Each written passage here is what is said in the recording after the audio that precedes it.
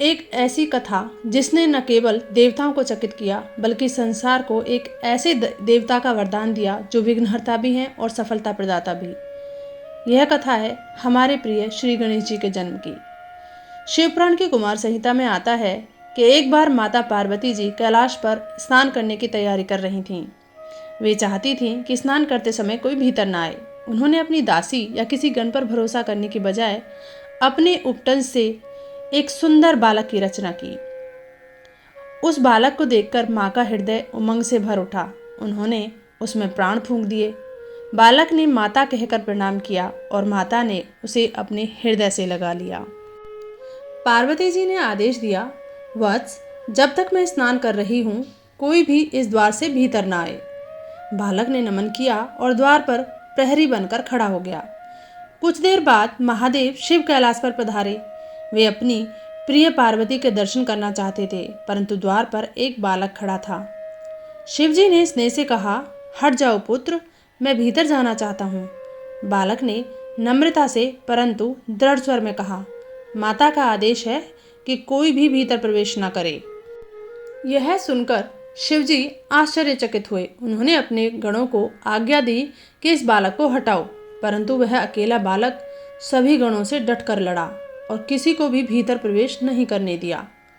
अब स्वयं महादेव आगे बढ़े। बालक ने पुनः उनका मार्ग रोका। आखिरकार शिवजी का त्रिशूल उठा और एक ही वार में उस बालक का सिर कट गया। जब पार्वती जी बाहर आईं और यह दृश्य देखा, उनकी आंखों से आंसू की धारा बह चली। क्रोध और शोक से उनका स्वर कांप उठा। स्वामी, यह मेरा पुत्र था, आपने ही इसकी निर्मिति देखी। यदि इसे जीवन न मिला तो मैं समस्त जगत का संहार कर दूंगी। पार्वती का रुदन समूचे ब्रह्मांड में गूंज उठा। देवता, ऋषि, गंधर्व सभी भयभीत होकर दौड़े आए।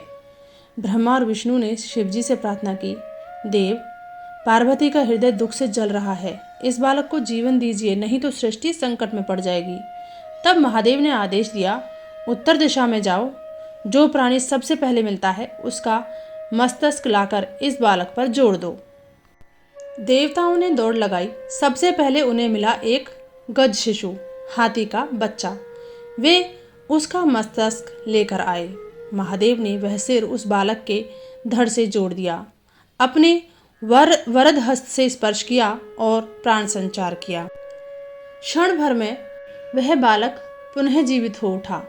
अब उसका रूप अद्भुत था, गजमुख वाला, विशाल कानों वाला, दिव्य आभा से युक्त।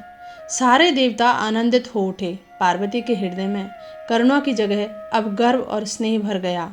तब ब्रह्मा, विष्णु और शिव तीनों देवों ने मिलकर घोषणा की कि यह बालक अब समस्त गणों का अधिपति होगा।